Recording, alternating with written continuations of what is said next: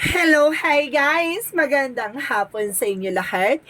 This is Chin from Masagari Channel, a faith healer, also matarder. So ngayong hapon na to, tignan natin ang nagsabisi ng ating mga gabay. This is a weekly gabay for the month of December 22 hanggang December 28 for the sign off. Capricorn. So, Capri, welcome to my channel. Ano kayang messages, advices, as spirit guides ang ating masasaga for today's video? Kanino naman kayang energy or kaganapan sa buhay ng mga Capricorn ang ating mga hagilap? So, guys, this reading is a journey namang hindi lahat makaka-resonate.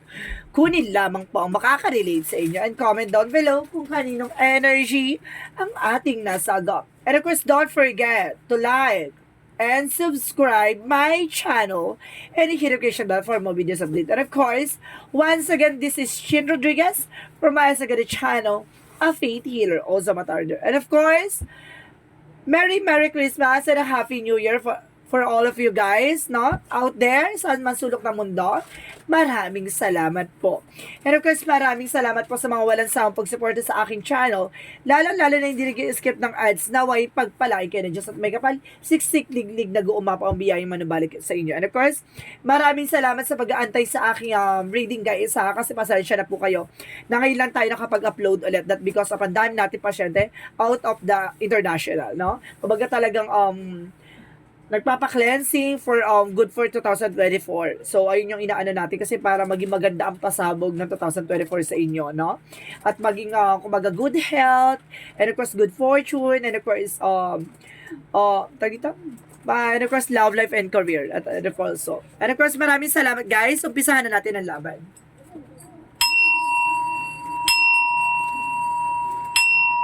Angel Spirit Messages, give me an information para sa mga kapatid natin dyan. Capricorn. Angel Spirit, there's a Page of Pentacles. So, there's a manifestation. There's some investment. So, may mga bagay na kailangan kang mag-invest, no? May mga bagay na kailangan may sa katuparan dito at may mga bagay na matutupad ang hindi. Additional messages. And there's a Nine of Pentacles. So, there's a blossoming abundance. So, ibig sabihin, lalago ng negosyo, hanap buhay mo. No? Kung may mga negosyo ka or kailangan mo mag-invest ng negosyo, dahil, na ngayong na to, no? Ngayong linggo to, sinasabi sa iyo, kailangan mo na magbukas ng business or this coming next year, no? Kumbaga, nakakasagap din ako na maaaring darating ngayong taon na to ay kailangan mo mag-invest, no? Kasi there is an information na Nine of Pentacles is a blossoming abundance. So, lalago ang negosyo. Additional messages. And of course, there's King of Pentacles. So, there's a security. Maging secure sa finances, no? Kumbaga, mag-iwas-iwas sa mga gastos na wala namang kabuluhan, guys, no? Kailangan nyo rin ditong pag-isipan yung mga bagay-bagay kayo bago kayo gumastos. So, let's see what is additional messages.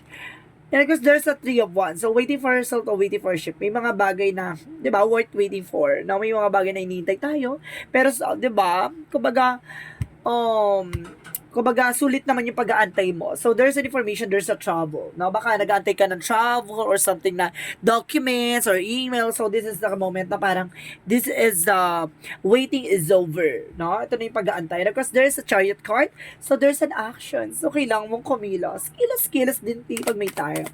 And of course, the Chariot represent a movement. May paggalaw na naman. So, maaaring yung mga bagay na inaantay mo talagang parating na, no? And of course, there's a Ten of Wands, no?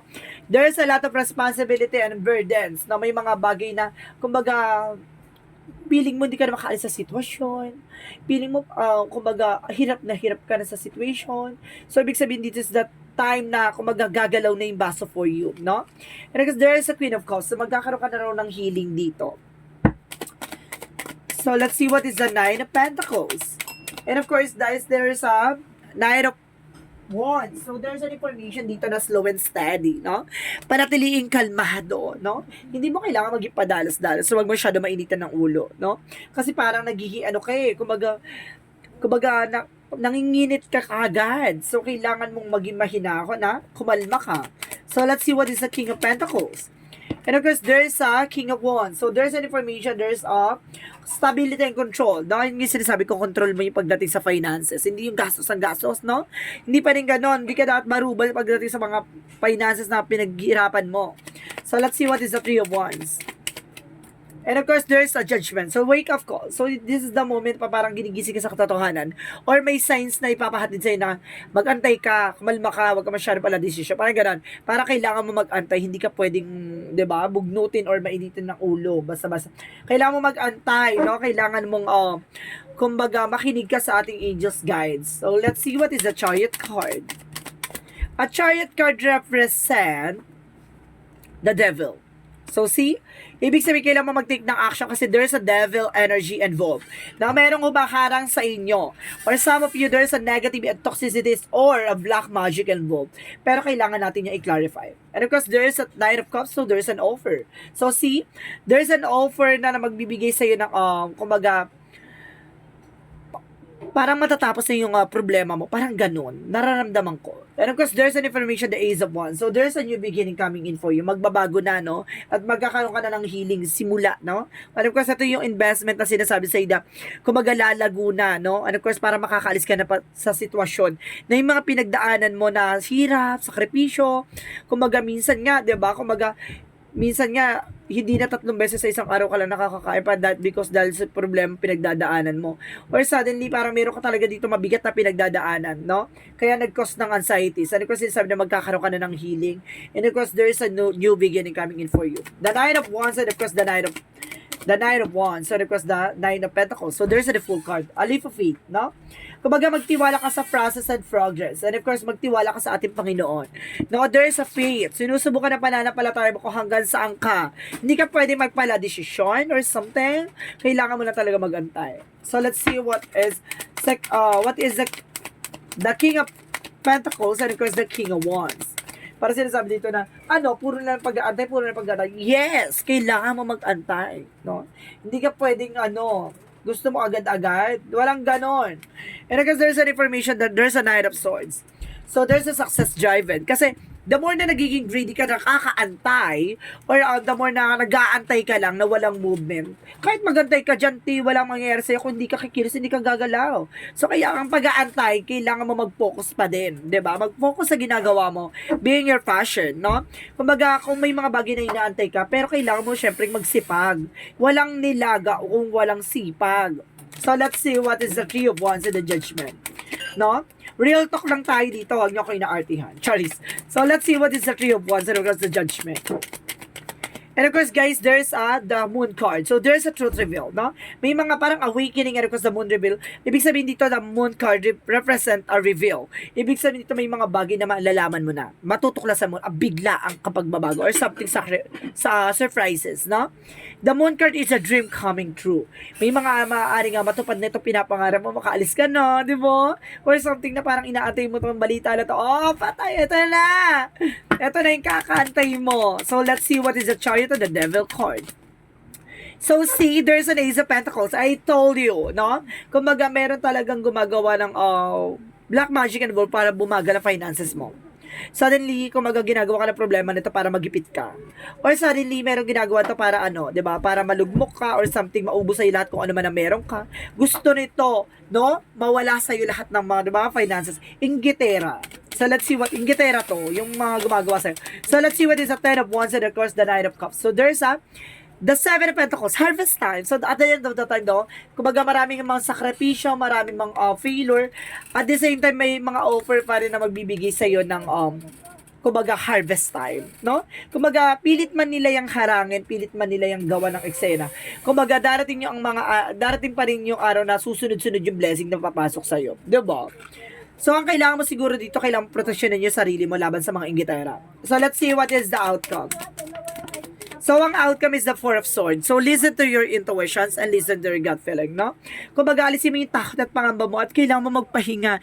Huwag ka masyadong, kumbaga, ubusin yung energy mo sa kanila, diba? Kumbaga, ipakita mo sa kanila yung ginagawa mo, kumbaga, para sa of your own sickness, no? Kumbaga, kumbaga, wag ka mag-base sa kanila para lang maging masaya, di ba? Kumbaga, maging masaya ka base sa sarili mo, wag mong iniintindi sa sabihin nila, no? Wag ka magpa-apekto sa kanila, hindi sila fresh. Ay, taray. Kasi there's the word card. So, there's a trouble. So, double clarification na may trouble ka talaga, no? At sinasabi sa dito, mahahawa ka mo ng mundo. Parang gano'n, parang sinasabi dito sa'yo na, para sa pag-ikot ng mundo, sa next chapter, ikaw na ang papa ko. Charis eh. Ay, may lang. So, parang ito na yung moment na parang sinasabi dito, mahahawakan mo na yung opportunities. Mahahawakan mo na yung para sa'yo. Diba? Sa Pasko, ikaw ng papa ko. Ganun dapat yun, diba? So, let's see what is the messages for career. Taas ng energy, diba? Ganun dapat. So, let's see what is the Five of Cups, rejection, failure. So, may mga bagay na, kumbaga may panghihinayang dito, no? And because there's an Page of Cups, listen to your intuition. Para hindi ka manghinayang, makinig ka lagi sa intuition mo. Vibration and instinct, diba? Para wala kang doubt. And of course, sinasabi dito, there's a Seven of Cups. There's a lot of opportunities coming in for you. No? Kumbaga, maraming option bigla na papasok sa'yo. Kumbaga, magbibigay sa'yo ito ng, kumbaga, oportunidad para, diba, yumabong at, diba, lumago ka bilang isang tao, 'di ba? Kumbaga pinipilit ka man nila guluhin, ipakita mo sa kanila na hindi ikaw yung magugulo sila. Parang gano'n, no? Parang lalaruin mo sila ng eksena, 'di ba? The more na gumagawa sila ng eksena sa'yo, protection mo yung sarili mo, laruin mo sila. Para sinasabi nila laruin, kumbaga ipakita mo sa kanila na kumbaga sa ginagawa nila, parang nag-grow ka pa, 'di ba? Ganun 'yon. Para mas lalo silang mainis at manggigil, no? So, let's see about naman sa love life. No? Pagdating sa love life, so, there's a star card. So, there's a wish fulfillment. Maaaring ito na yung hinihiling mo. At ito na yung mga pinapangarap mo. No? Kumbaga, taray ng to, no? Kumbaga, there's a same scenario and same image. Parang, ano ba? Parang sinasabi dito talagang, kumbaga, kung mapapangahawakan mo magsisilbing mundo, o ikaw yung magsisilbing mundo niya. Ganon. Kumbaga, darating yung araw na sa lahat ng aspeto, hawak-hawak mo na. Wala nang sisingit, wala nang kontrabida, wala nang bida-bida. Ganon. So, let's see about the additional messages for love life. So, there's a Three of Swords. Maraming inggit, no? Maraming nagsiselos. Maraming mga nasasaktan dahil, diba, kung ano man ang meron ka. Yung getera talaga. So, let's see naman about sa health. So, health is the wheel of fortune. There's a destiny, no? Ibig sabihin, there's a good luck, no? Talagang swerte talaga. Ibig sabihin, kumbaga, malapit ka sa taas, no? Kumbaga, ang bilis ng kagalingan, no? The Wheel of Fortune is an all aspect din to, no? Pinangahawakan ito yung air, water, fire, and of course, land, no? Talagang sinasabi dito na talagang hawak niya talaga yung lahat ng aspeto. And of course, there's an Empress card. Maaring magbuntis ka, no? Maaring, kumbaga, meron ditong silangin na balibago eksena. Pagdating sa health mo, maaring, sinasabi dito, kumbaga, there's a bless, no? Parang sinasabi na para sa madaling salita, you are being blessed, no? Pagdating sa health mo, blessed ka. So, let's see what is additional messages for Yin and Yang Oracle card. For Yin and Yang Oracle card, give me an information. And of course, guys, there's divine timing! Oh my God! So, ibig sabihin dito, there's a trust. No? Magtiwala ka sa Francis and Frogis. Magtiwala ka sa ating Panginoon. Na lahat ng mga bagay na to ay may ibig sabihin na may kahulugan. No, and of course, there's assistant spirit guide. See? Kumbaga may gumagabay sa'yo. Kumapit ka lang dyan. And of course, there's a separation. Some of you, there's a longing. Kumbaga, may mga pagtatagpo na, kumbaga, dahil sa tagal, no? Maaari magkita na kayo ng taong mahal mo or suddenly, kumbaga, may galing sa ibang bansa, kumbaga, magkikita na ulit kayo ng person mo or either, nasa iba ba sa yung person mo, susunod ka. Ganon. Or meron separation na naganap dito, no? So, let's see what is the magical fairy messages. Kasi para separation for me dito, guys, there's a long-term, long-distance relationship. No? Long-distance relationship. And there's a daughter. Maaaring may anak na kayo, no? The answer to your question involved your daughter. No? Ibig sabihin, kung may mga tanong ka, baka alam ng anak mo yung kasagutan. Baka ganun, diba? May mga bagay na yung anak mo magsisilbing kasagutan sa mga katanungan mo, hindi ikaw. So, let's see what is additional messages for Angel Spirit Guides. So, there is a Breath of the cosmos, micromanaging the universe. See? May will to thy will. Ibig sabihin dito, kumbaga, hayaan mo yung universe yung magbigay ng, kumbaga, katuparan sa mga pangarap mo. Hayaan mo siyang mangyari naturally. Hindi dapat pinipilit, diba?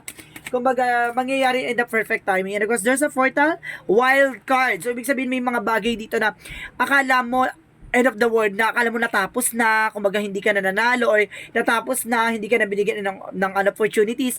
No! Ibig sabihin dito, may mga bagay na akala mo huli na at akala mo nag-close na yung chapter, there's a reward, no? Doors are opening. So, ibig sabihin, may pinto ang magbubukas ulit para sa'yo. Diba? No? So, let's see what is the Moontology.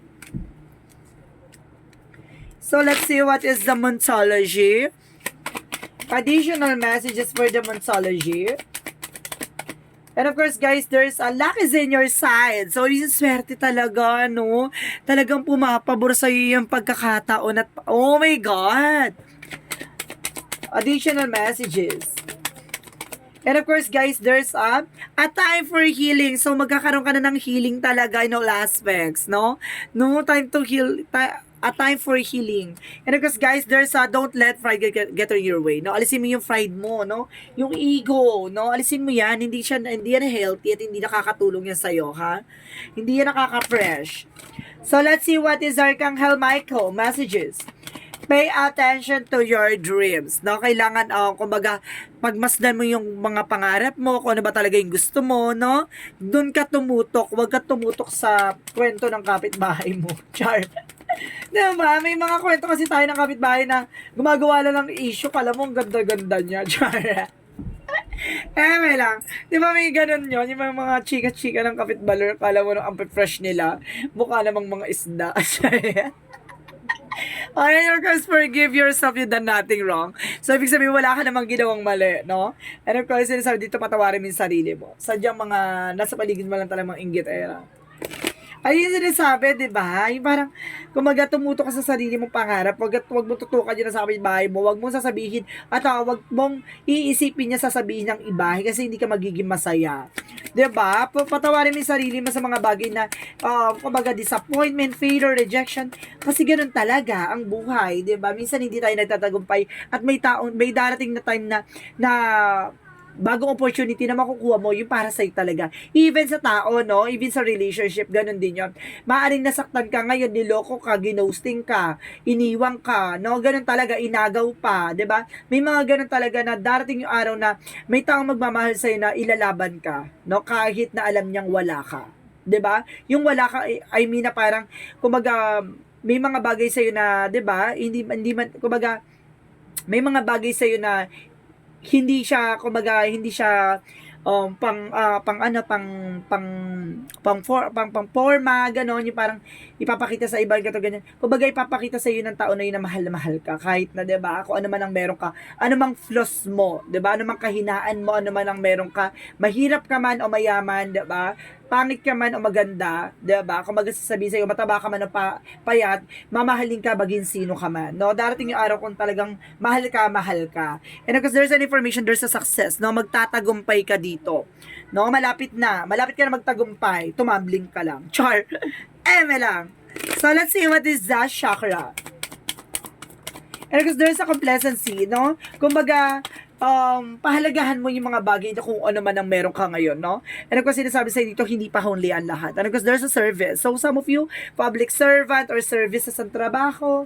And of course, there's a impatient. Ito yung sinasabi, no? Panatiling kalmado, hindi ka pwede maging paladesisyon or mainitin ang ulo, no? Huwag padalos-dalos, ganon. So, let's see what is additional messages for angel spirit guides. And because there's a daydream. So, there's an information dito, imagination mo, desires into reality. Na may mga pangarap ka na may isa sa katuparan mo. And there's a waning moon for self-inventory. So, kailangan mo mag-invest sa sarili mo. 'Di ba? The more na minamahal mo yung sarili mo, mamahalin ka ng taong mahal mo. 'Di ba? Kasi wala siyang karapatan na mahalin ka, magmahal pa ng iba kasi alam niya na mahal mo siya at mahal mo yung sarili mo. 'Di ba? Pag nagmahal pa siya ng iba, ewan ko na lang. And of course, there is a all tied up. So, kailangan mong kumawala, no? Kumawala saan? Sa ano, yung sarili mong takot, no? Sarili mong multo. Yun yung kailangan mong alisin. And of course, there's a contract, no? Kumbaga, meron ditong soul contract or something contractual, no? May maaaring bumili ka ng bahay, sasakyan, and of course, sinasabi dito, maaaring sa negosyo, no? Or something na baka sa trabaho. So, let's see what is additional messages. So, there's an animal. So, some of you, animal lover, ha? Kumbaga, nagmamahal ka ng animals. And of course, there is a practice. Practice makes perfect. So, kailangan mo mag-practice. Even your skills and ability, kailangan mo i-enhance yan. No? And of course, polish. And of course, there is a talk to your angels na gabay. Kumbaga, may gumagabay sa mga anghel. So, kailangan mong kausapin sila. And of course, makinig ka sa inner voice mo. No? Nasa ganun, kumbaga, ipakita sa'yo at ibigay sa'yo yung mga bagay na dapat mong malaman. So, let's see what is Arcangel Raphael. So, listen to your intuitive feelings. I told you, sa intuitions mo, makikinig ka.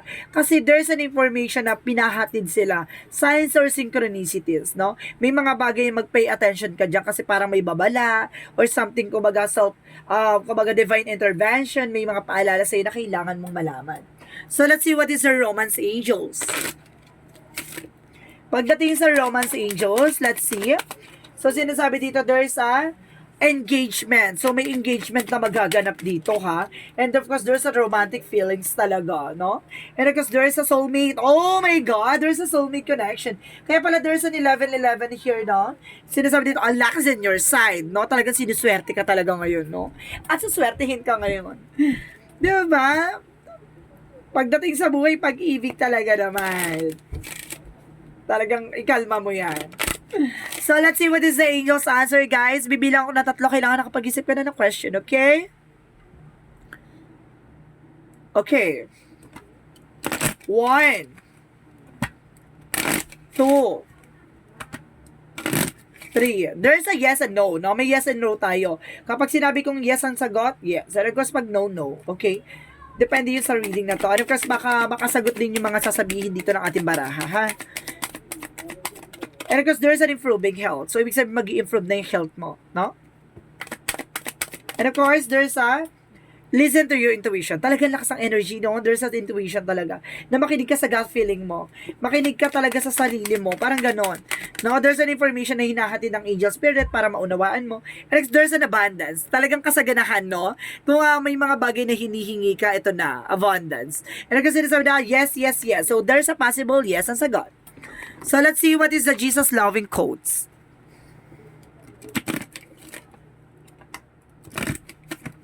Let's see what is the Jesus-loving quotes. Ask and shall be given to you, no? Hingin mo sa ating Panginoon, no? Tanungin mo sa Kanya at ibibigay niya yung kasagutan. Yung mga bagay na dapat mong malaman. Diba? So, let's see what is the angel's answer.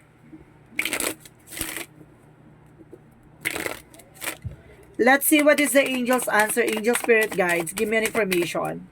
So, there is a 28, I am a leader. So, sinasabi dito, I am an effort to accomplish great things of recognize the value of working with others. You make a capable and compassionate leader who can bring people together and drive out team towards achievement. So, ibig sabihin dito, kayang-kaya mong mamuno para, 'di ba, may isa ka to para talagang mapagtagumpayan mo kung ano man yung mga ninanais mo, 'di ba? Kumbaga, talagang motivated ka sa ginagawa mo. And of course, talagang deserve mo maging isang leader, no? Sa mga bagay-bagay. Kaya mong mamuno, kaya mong pangunahan, 'di ba? And kasi sinasabi ng messages of life, a door to the infinite. At my heart center, there is a door that leads to the infinite.